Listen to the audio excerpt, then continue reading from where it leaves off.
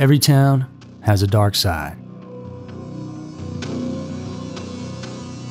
From the years 1985 to 2017, there was a man with no identity who haunted the state of New Hampshire. He tormented the good people of the Granite State by committing a horrible act, leaving behind a dark mystery and 4 bodies stuffed inside 2 different 55-gallon drums out in the middle of the woods. The person responsible was out there and active, but was hard to catch because he pretended to be someone he wasn't, over and over again in several different states. And the true extent of what he did on this earth is impossible to know 100%, but what he did get caught for is about as bad as it gets. Hey guys, it's Andrew, and thanks for tuning in to this week's episode of Every Town, where today we're going to learn about the wicked ways of Terry Rasmussen, a serial killer who stands in a league of his own. Because unlike most serial killers, well, Terry didn't pick out strangers. No, he killed the ones he was closest with. So let's head over to New Hampshire and a few other spots, learn about Terry, aka the Chameleon Killer.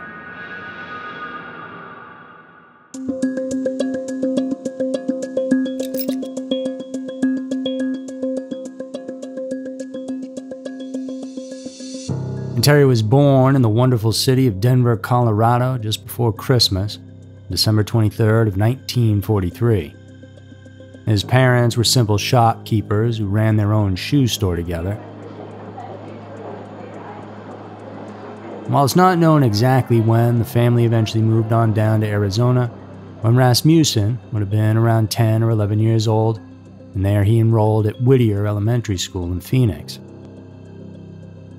By 1959, Terry had completed just 1 year over at North High School before dropping out in the 10th grade to serve his country.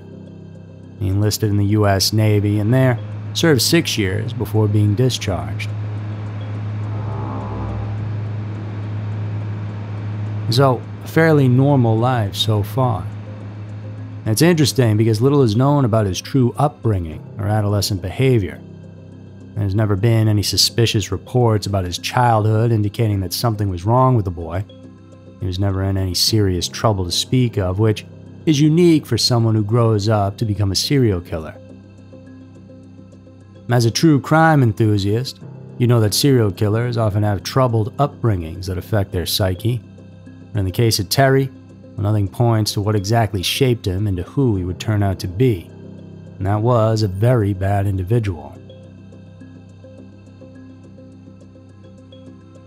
After the Navy, he returned to Phoenix for a brief time, later moved to Hawaii where he met a woman and got married. He settled down long enough for the two to have 2 children, so everything on the outside appeared to be going well for him as he seemed to be living a normal American life. After relocating to Redwood, California, the young budding family had another child in 1970, followed by another in 72. And it was around then that Terry's life began to take a slow, dark turn. It was as if he had been hiding something deep within that he had pushed down in order to create this facade of normalcy for so long. A family and white picket fence, he thought he could keep up the charade forever, but the darkness inside him found its way out. And from time to time, Terry would act out against his kids. He was known to berate them, and on one occasion, he even put a cigarette butt out on his oldest son's arm, as though the family ties here were wearing thin. He separated from his wife for a bit because she didn't want him around, and they gave it another go by moving back to Phoenix to be around his family. Maybe they could help take some of the stress off of raising 4 kids and Terry could calm down, but that never happened. At 31 years old, Rasmussen was arrested for aggravated assault after a fight out at a bar in June of 1975. His wife had decided she had enough and left him after this, taking the kids along with her. The last time he would see any of them again would be around Christmas time that year, just before the divorce was finalized. And who knows how heartbroken the man was about all this, but soon he saw the good in it, at least for him. Because now, without anyone else around, Terry was finally able to become the person he always wanted to be. Though, not even he was really quite sure who that was, and so he set out on a bit of a journey to find out.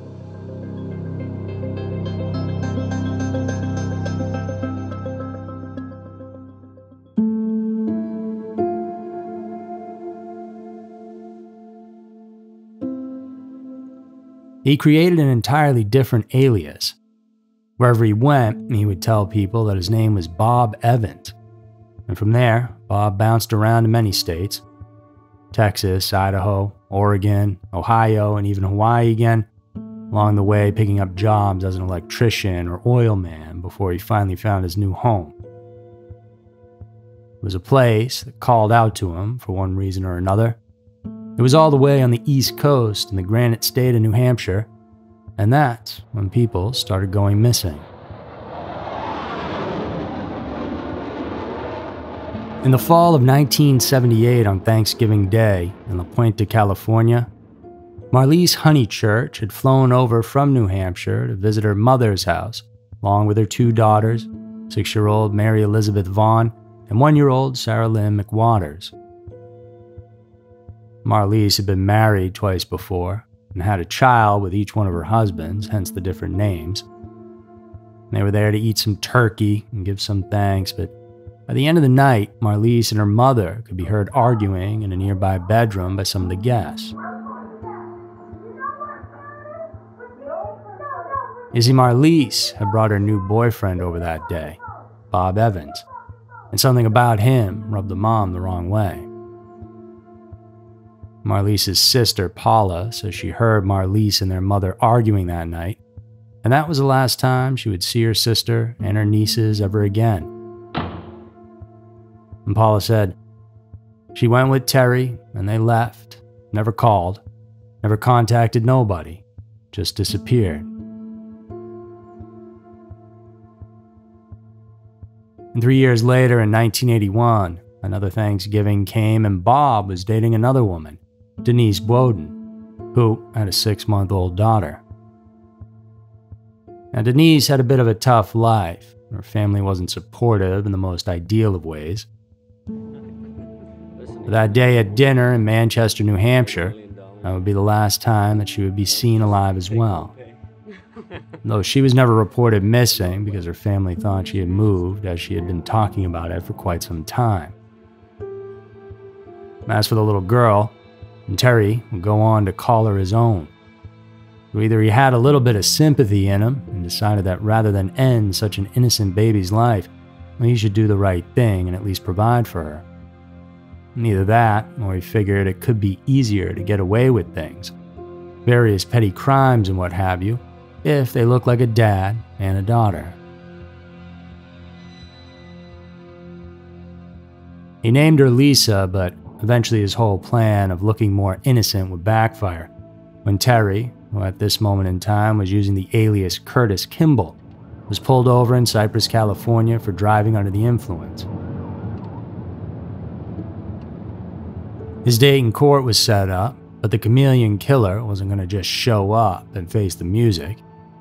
He skipped town and just created another name and persona for himself. This was his MO, just commit whatever crimes he wanted and then switch up his identity and he could start fresh. Only before he would start this next chapter as somebody else, he made sure to punish Lisa for causing him so much trouble. And he abandoned the 5-year-old at an RV park.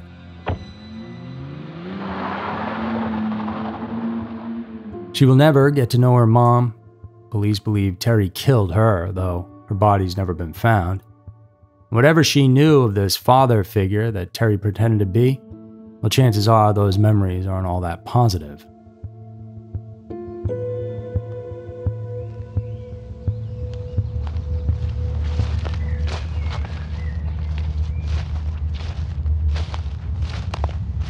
Towards the end of 1985, actually pretty close to Thanksgiving once again on November 10th, A hunter enjoying the crisp northeast air in Allenstown, New Hampshire's Bear Brook State Park stumbled upon a tipped-over 55-gallon drum out in the middle of the woods.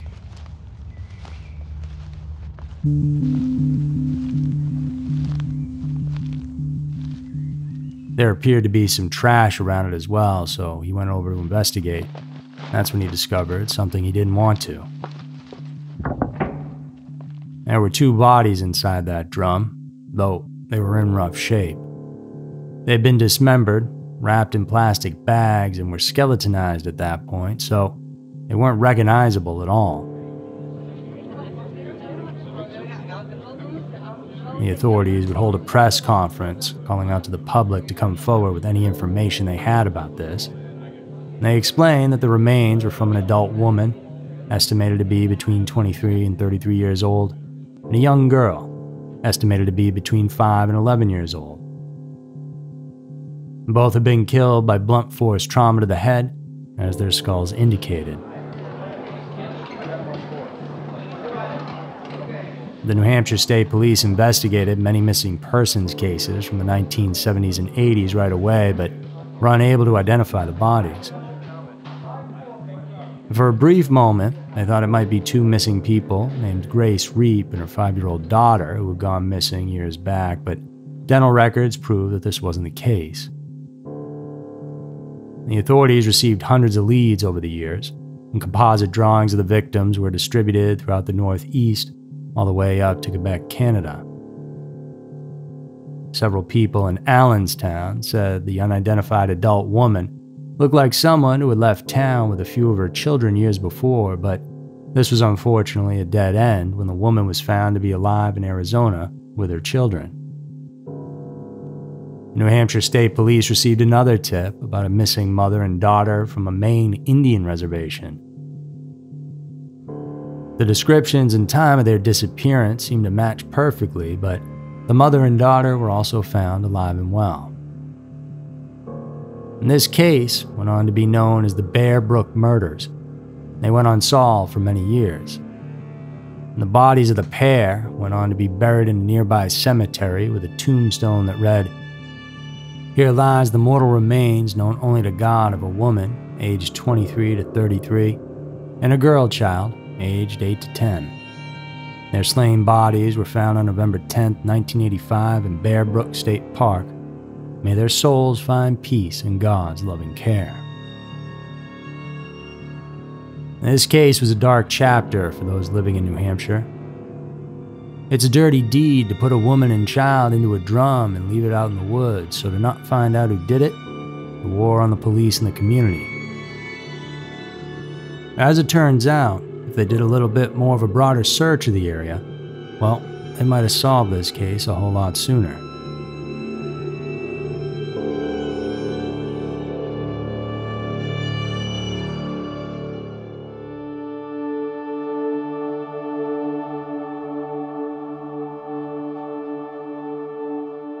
"15 years later, on May 9th of 2000, the now cold case was handed over to a state trooper to take another look at the evidence. He familiarized himself with the case files, and then went out to Bear Brook State Park to take a look at the crime scene himself, see if he could piece something together.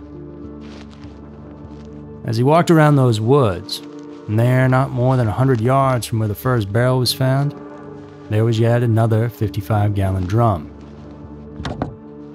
Inside this one, 2 more bodies were discovered, and this time both of them were young female children. And the remains of one of the young girls discovered in 2000 was linked by DNA to the remains of the adult woman discovered in the first barrel back in 1985. But without knowing her identity, there was no way of knowing who her children were. But now, there was pressure more than ever to solve the case. All 4 victims were killed around the same time, and it's believed the police overlooked the second barrel simply because they weren't looking for it. They didn't expect there to be more than 2 bodies, but now it was looking like they had a serial killer on their hands. Because this dumping ground was away from any major highway, and people felt like there was a good chance it was a local who did this. But once again, over time, the case slowly went cold. By 2001, Terry Rasmussen was on to another alias of his. He was going by the name Lawrence Vanner, and he was performing odd jobs out in California. And even though no marriage certificate was ever filed, he and 41-year-old Yoon Soon Jun had an unofficial backyard wedding ceremony in Richmond that same year. Yoon Soon Jun was a chemist from California, and in Terry, or Lawrence, she found the love of her life. June was quiet and kind. She loved the idea of advancing science to help people. She worked for City of Hope Hospital in Los Angeles. And so, when she abruptly vanished in June of 2002, well, people took notice.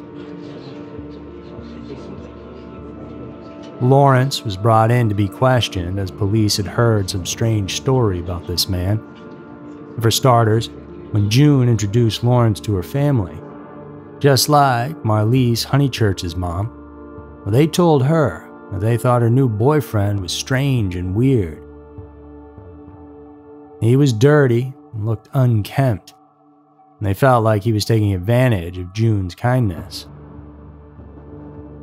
Now, with her missing, June's friends and family were very suspicious of Lawrence, and they made sure to let the police know that. So detectives went over to her house to see what they could find, and sure enough, in the corner of the garage behind some boxes was an unusually large pile of kitty litter. On a closer inspection, they saw it, a human foot with a flip-flop still on it sticking out, and it was June.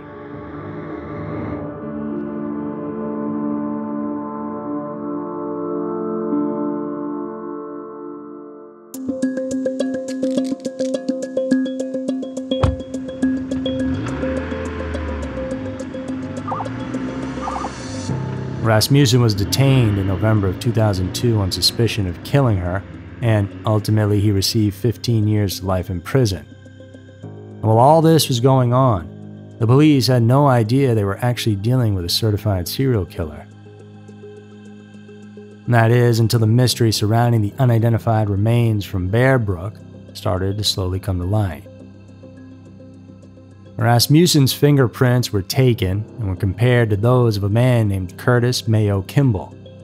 You might remember that Curtis was the name he was using in '86 when he was caught for drunk driving with little Lisa in the back seat. Because this crime had also happened in California, it wasn't hard to connect the two. But now, they had to wonder just how many times the Chameleon had changed his name and what else he had done. Well, it took some time, but in 2019, the mystery of the old cold case of the Bear Brook murders would unravel. And it happened with citizen detectives taking up the case, passing on whatever they discovered to cold case investigators. Rebecca Heath, a librarian, dug deep into the message boards of genealogy websites dating back decades. Rhonda Randall, a woman who grew up in the Allenstown area, conducted interviews with residents of a nearby trailer park. Eventually, the owner of an abandoned store near the Barrels revealed to the investigator that he suspected the murderer was a man named Bob Evans. He said Bob had done some electrical work for him in the late 1970s. In 2019, Heath rediscovered a 1999 Ancestry.com message board where a woman was looking for Sarah McWaters, a toddler who had been missing since 1978. And they were able to trace the missing persons poster to the disappearance of Marlise, Sarah's mother, and Sarah's older sister, Marie. So they connected the pieces of the puzzle together. Investigators got what they needed to name the unidentified bodies in the Barrels of Allenstown. The mother and her two daughters were connected, but the other child was still unidentified. But Now believing that Terry was the prime suspect, they used his DNA and were able to confirm that the fourth body was Terry Rasmussen's biological daughter.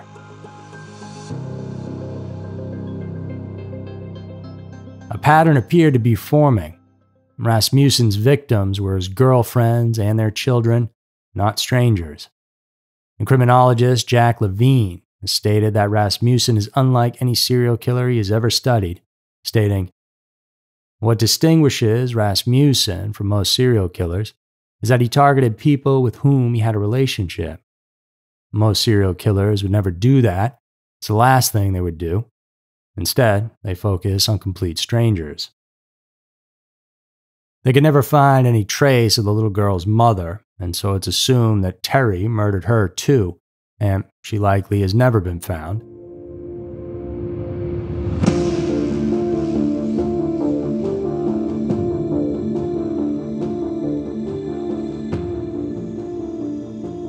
And with this, the cases were finally brought to light, and Terry, at the age of 67, died while imprisoned at High Desert State Prison in December of 2010 from lung cancer.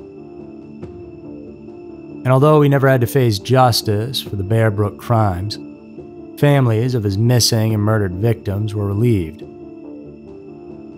A family member of Marlise said in a statement, "On behalf of our families, we would like to thank everyone who has spent decades tirelessly working to identify our loved ones. This day comes with heavy hearts. Marlise, Marie, and Sarah were so loved by our families, and they are greatly missed. And we take solace in finally having the answers we've longed for."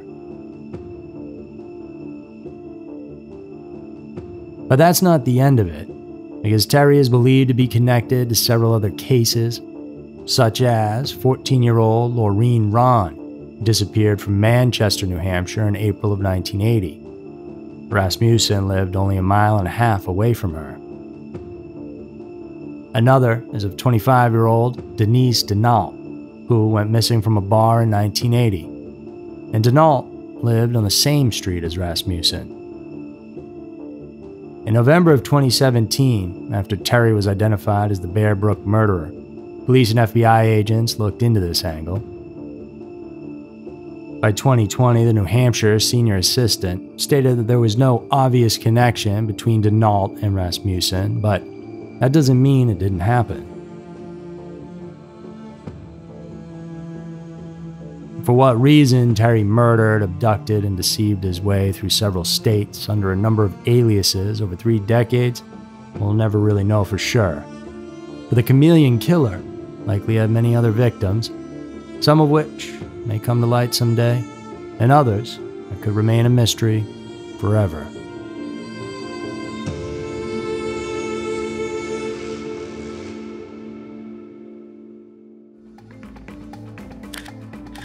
So that's it for this week's episode of Everytown. Thanks for tuning in today.